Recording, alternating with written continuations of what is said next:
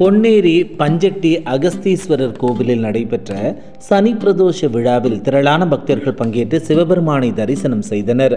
திருவள்ளூர் மாவட்டம் பொன்னேரியை அடுத்த பஞ்சட்டியில் சுமார் 1500 ஆண்டுகள் பழமை வாய்ந்த அருள்மிகு ஆனந்தவள்ளி சமேத அகஸ்தீஸ்வரர் கோவில் அமைந்துள்ளது. இந்த கோவிலில் இந்த ஆண்டின் கடைசி சனி பிரதோஷமான மகா பிரதோஷம் என்கிற மார்கழி மாத தேய்பிறை பிரதோஷ விழா வெகு சிறப்பாக நடைபெற்றது. இதனை முன்னிட்டு ஆனந்தலிங்கேஸ்வரருக்கு சிறப்பு அலங்காரத்துடன் விசேஷ வழிபாடு நடத்தப்பட்டது. விழாவின் சிறப்பம்சமாக நந்தீஸ்வரருக்கு பால், தேன், பன்னீர், விபூதி மற்றும் வாசனை திரவியங்களுடன் செய்யப்பட்ட அபிஷேகத்தை பக்தர்கள் கண்குளிர கண்டு பக்தி பெருக்குடன் வணங்கினர். இதைத் தொடர்ந்து ஆனந்தவள்ளி தாயாருக்கு அகஸ்தீஸ்வரருக்கும் மகா தீபாராதனை காட்டப்பட்டது. பின்னர் மலர் அலங்காரத்தில் ஜொலித்த நந்தி பகவானுக்கு மகா தீபாராதனை காண்பிக்கப்பட்டது.